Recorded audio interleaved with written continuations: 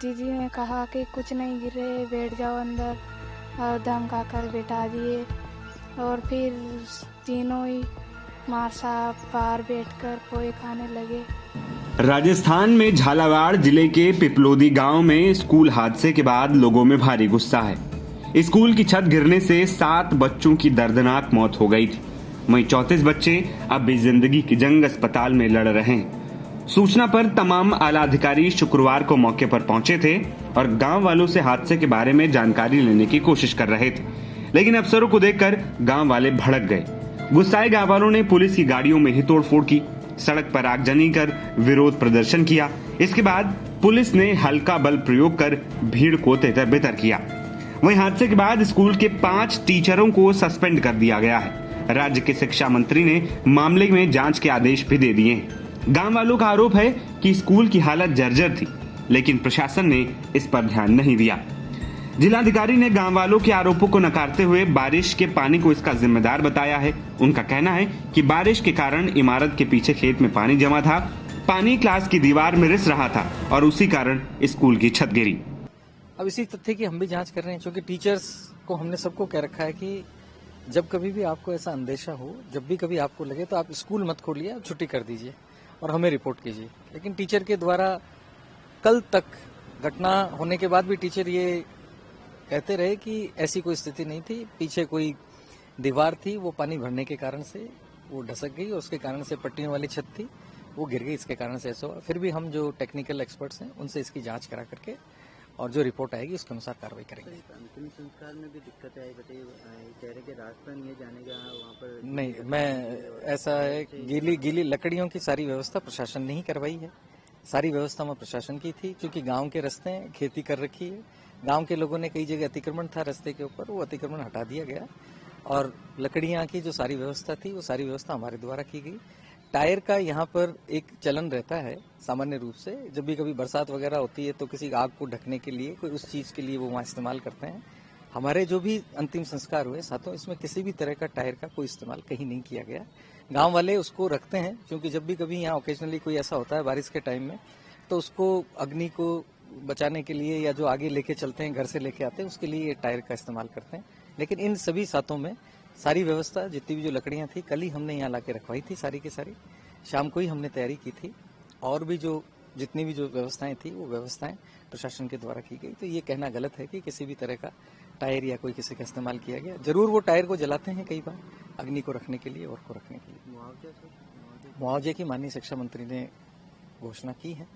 जो भी राजकीय सहायता दे है उस राजकीय सहायता के अनुसार इनको राजकीय सहायता दी जाएगी। तो इलाके में इस तरह की घटना ना हो, उसको लेकर जितने भी स्कूल बिल्कुल इसमें चिन्हित एक हमारा यहाँ का मैकेनिज्म है शुरू का ही। हम हर साल जून जुलाई में सभी को निर्देशित करते हैं, निर्देशित करके जो क्षतिग्रस्त भवन है उनकी सूची संबंधित विभागों से मंगवाते हैं। मंगवाने के बाद में उन भवनों को कंडम डिक्लेयर करा करके डिसमेंटल करने की कार्रवाई की जाती है। इस साल भी ऐसे निर्देश सभी विभागों को थे। कई विभागों से हमें कई भवनों के क्षतिग्रस्त होने की जानकारी मिली, उन सभी को हमने बंद किया, पीडब्ल्यूडी की रिपोर्ट लेकर के उनको डेमोलिश भी किया। और 6 या 7 हमारे ऐसे स्कूल थे जहां पे बच्चों को हमने दूसरी जगह शिफ्ट किया, स्कूल को बंद करवाया। लेकिन दुर्भाग्य से इस स्कूल से ऐसी कोई रिपोर्ट हमें प्राप्त नहीं हुई थी। अगर संस्था प्रधान द्वारा या इनके अधिकारियों द्वारा होती तो हम भी इस स्कूल को बंद करवाते और ऐसी घटना नहीं होने देते। मीडिया रिपोर्ट्स के मुताबिक हादसे से पहले छात्रों ने शिक्षकों से कहा था कि मैम कुछ गड़बड़ है। हालांकि उस समय नाश्ता कर रहे शिक्षकों ने छात्रों की बात को नजरअंदाज किया और उन्हें कमरे में बंद कर दिया। हादसे में बाल बाल बची एक छात्रा बताती है कि हम दरवाजे के पास बैठे थे, तभी अचानक बजड़ी के कुछ टुकड़े गिरने लगे।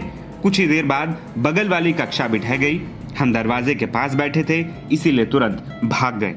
हम बाहर थे, साफ सफाई कर रहे थे और बच्चे भीतर बैठे थे, तभी अचानक कंकर गिरने लगे। बच्चों ने कहा दीदी कंकर गिर रहे, कंकर गिर रहे, और दीदी ने कहा कि कुछ नहीं गिर रहे, बैठ जाओ अंदर, और धमका कर बिठा दिए। और फिर तीनों ही माँ साहब बाहर बैठकर पोहे खाने लगे। हम भीतर थे, अचानक से हम तो बाहर थे, बड़ी बड़ी लड़कियां, और अचानक से छत गिर गई और बच्चे दब गए। उसके बाद क्या हुआ? उसके बाद चिल्लाने की आवाज़ आई और सब बाहर भागे, मार साहब भी और हम भी बाहर भागे। किसी ने बचाने की कोशिश नहीं करी उस समय? गांव वाले सारे गए और बच्चों को भी बचाया। कुछ को तो निकाला, कुछ मई दबे रहे, फिर जैसे भी निकाला। मार साहब वगैरह क्या कर रहे थे उसमें? वे तो बच्चों को बचा रहे थे। आप कौन सी क्लास में? 8वीं।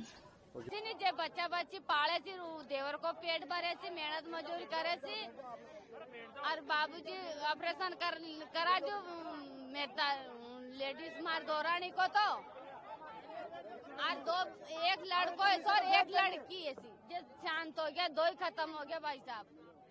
जे वो लड़की तेसी 7 में और लड़को है 3 में सो लड़को। उसमें जिन जो बच्चे एक्सपायर हुए हैं उन बच्चों को परिजनों को 1-1 करोड़ रुपए दिया जाए। जो घायल हुए हैं उन घायलों को 50-50 लाख रुपए दिया जाए। न्यायिक जांच हो और जो भी दोषी हैं उनको सख्त सजा दी जाए।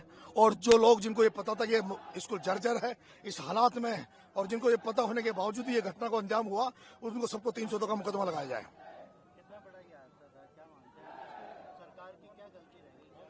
सारी सरकार की इस सरकार की गलती नहीं मानता मैं जब देश आजाद हुआ उसके बाद जितनी सरकारें बनी है राजस्थान में उन सारी सरकारों को गलती मानता हूं। जैसे देश आजाद होने के बाद जैसे देश आगे बढ़ रहा है उतना ही भ्रष्ट सिस्टम यहाँ हो रहा है, भ्रष्टाचार हो रहा है।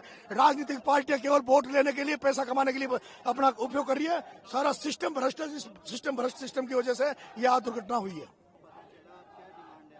सर मैंने नेता कोटा काम करने गया था फिर मेरे पास फोन लगाया कि स्कूल की छत डल चुकी, आप घर पे पहुंचो। और ये हमने अगली 26 जनवरी पे भी सूचना दी थी सरपंच को और स्टाफ को, मैंने स्कूल की मरम्मत कराओ, कभी दिन ऐसा हो सकता है। फिर भी उन्होंने कोई ये काम नहीं करवाया। छोटी मोटी मरम्मत करा कर और कैदी करा दिया हमारा। उनसे नीचे मैं कोई बात नहीं करूंगा, ये परिजन बैठे। सर मैं तो कहे कि कोटा से आया हूँ, मेरे पिताजी और मेरे बड़ा भाई का लड़का वे लाके ने वेट कराया। वो रास्ता में डेट हो गई थी उसकी।